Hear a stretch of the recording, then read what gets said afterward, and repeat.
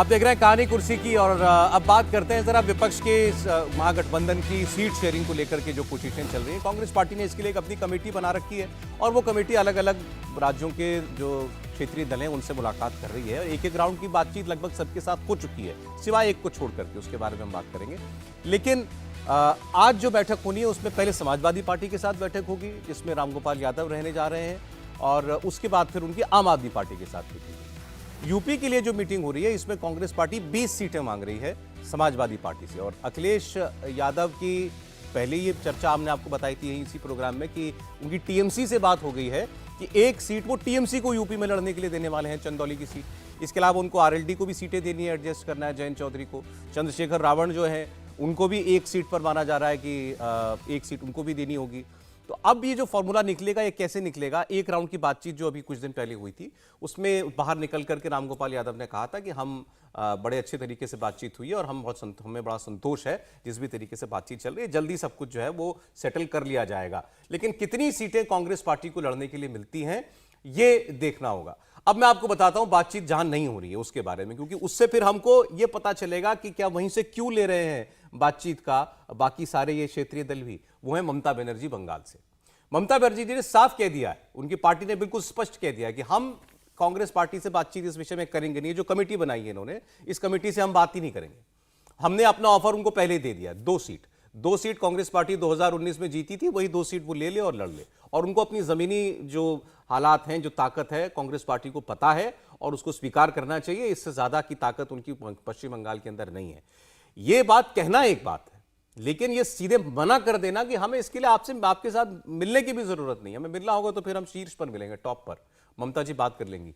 लेकिन हमारे नेता आकर के आप चाहें कि दिल्ली में आकर के बाकी पार्टियों की तरह आपके इन कमेटी के नेताओं से मिलेंगे, ये नहीं हो पाएगा। अब अगर ममता बनर्जी ने ये गियर लगा दिया है तो क्या ये नहीं दिख रहा होगा अखिलेश यादव को या अरविंद केजरीवाल को? और फिर क्या माना तो जा रहा है कि कैंप तो वो वही है, तो जो वो कर रही हैं क्या बाकी लोग नहीं कर रहे होंगे? जैसे यूपी, हर्षवर्धन जी। नहीं, मुझे लगता है कि हर जगह एक तरह से कहें ना कि रणनीतिक तौर पर कौन कहां खड़ा है उसके लिहाज से तय करेगा। ममता जी सचमुच उस जगह पर खड़ी हैं। ममता जी तीसरी बार मुख्यमंत्री बनकर आई हैं। ममता बनर्जी विधानसभा में प्रचंड बहुमत की सरकार लेकर आई हैं। ममता बनर्जी 22 सांसदों के साथ खड़ी हैं। अब वो तुलना उत्तर प्रदेश में अखिलेश यादव से कैसे हो सकती है? अखिलेश यादव अगर वही वाला कहें तो फिर कैसे होगा? और हम लोग यहाँ कहते हैं ना कि मूस मोटाई तो लोढ़ा हुई, तो कितना हो जाएंगे कांग्रेस और अखिलेश यादव मिलके? तो इनकी भी तो एक जिसको कहें कि राजनीतिक तौर पर एक हैसियत है ना। लेकिन ममता जी की हैसियत तो बड़ी है। ममता बनर्जी आज की तारीख में भारतीय जनता पार्टी को सिंगल हैंडेडली रोक लेती हैं। कांग्रेस और कम्युनिस्टों को एक सीट नहीं मिलती है वहां। तो मुझे लगता है कि एक तो ये तुलना नहीं ठीक है। जो जहां वो खड़ी हैं उस पोजीशन में कोई नहीं, जो वो कर रही है वो जायज है, बिल्कुल जायज है। वो जायज इसलिए है क्योंकि लगातार अधीर रंजन चौधरी ममता बनर्जी के खिलाफ जिस तरह के बयान दे रहे हैं, और अधीर रंजन चौधरी सिर्फ कोई पश्चिम बंगाल कांग्रेस के अध्यक्ष हो ऐसा नहीं है, वहां के नेता हो ऐसा नहीं है, सिर्फ अधीर रंजन चौधरी लोकसभा में कांग्रेस पार्टी का चेहरा है।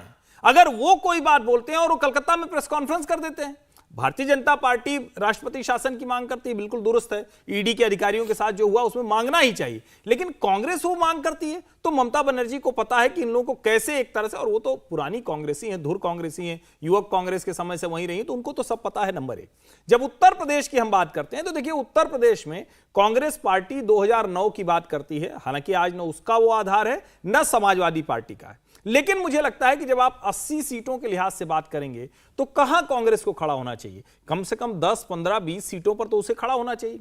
और अगर चंद्रशेखर जो गोरखपुर चले गए थे, 6-7 हजार वोट कितना पाए थे, चले गए थे, लड़ने चले गए थे यहां से, अपने यहां तो कुछ कर नहीं पाते हैं। मुझे लगता है कि व्यवहारिक नहीं है कि आप कांग्रेस पार्टी को तो कहें कि तुम 10 पर रह जाओ, हम जयंत जी को 1-2 सीट दे देंगे, आरएलडी को 1-2 सीट दे देंगे, और टीएमसी जिसका मतलब कोई मतलब ही नहीं है, आप ललितेश पति के लिए 1 सीट दे देंगे। तो यह व्यवहारिक नहीं है।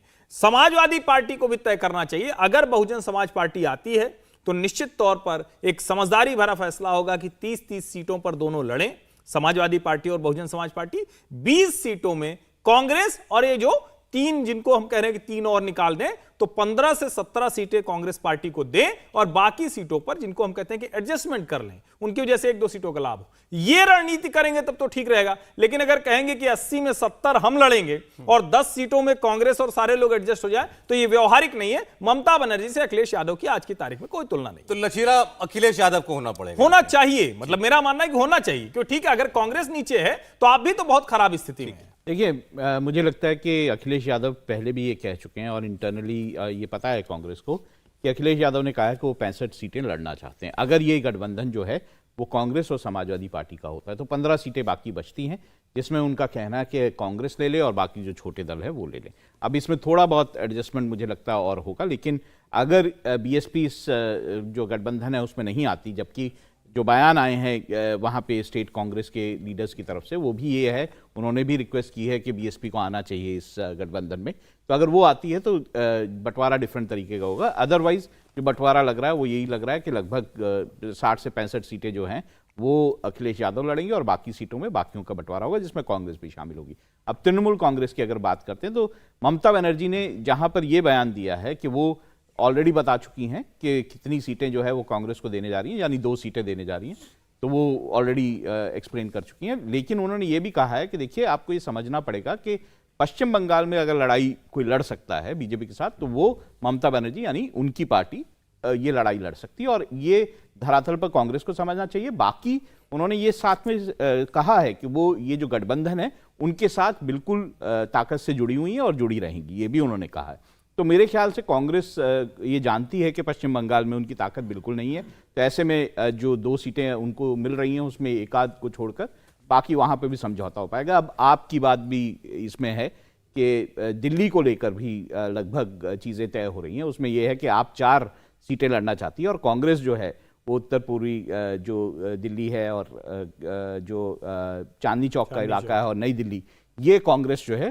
वो आपसे मांग रही है और शायद इस पे समझौता हो जाएगा इसमें। जी जी, ठीक है। मतलब बंगाल में ममता बनर्जी ने दिखा दिया, हद दिखा दी है कांग्रेस को। निश्चित रूप से इसमें कोई दो राय नहीं कि बंगाल के अंदर ममता बनर्जी सबसे शक्तिशाली है। भारतीय जनता पार्टी को जो इतनी 2014 और 2019 के अंदर रोक सकती है, मुझे लग रहा है कि कांग्रेस भी जानती है ममता बनर्जी की ताकत क्या है।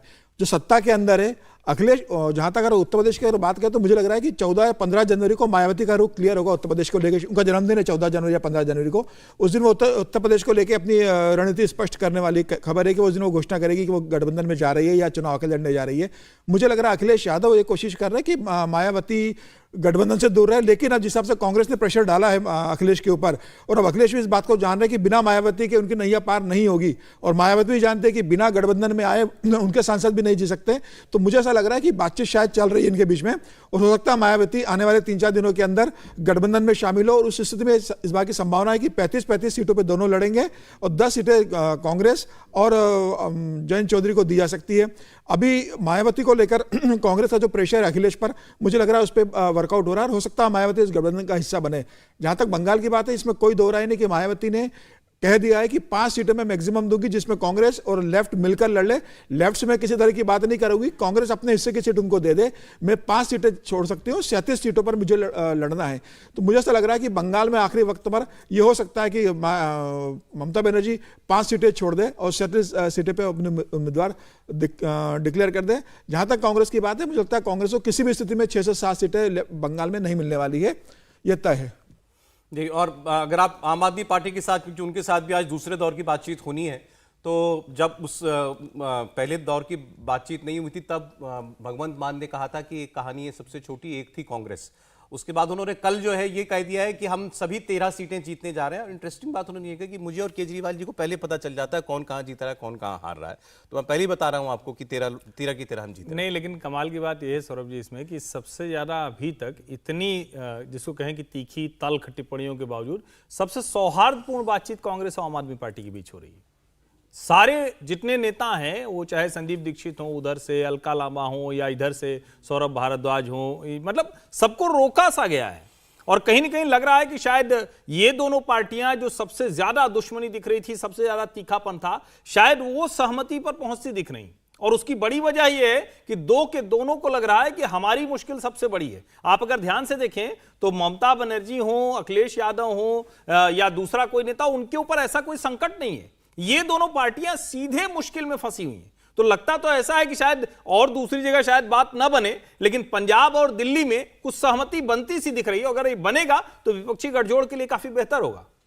मुझे लगता है ये सिर्फ ये बातचीत तो यहाँ पे सीमित नहीं होगी। गुजरात की कुछ सीटों पे आम आदमी पार्टी बिल्कुल, बिल्कुल गोवा की सीटों पे बात करना चाहती है।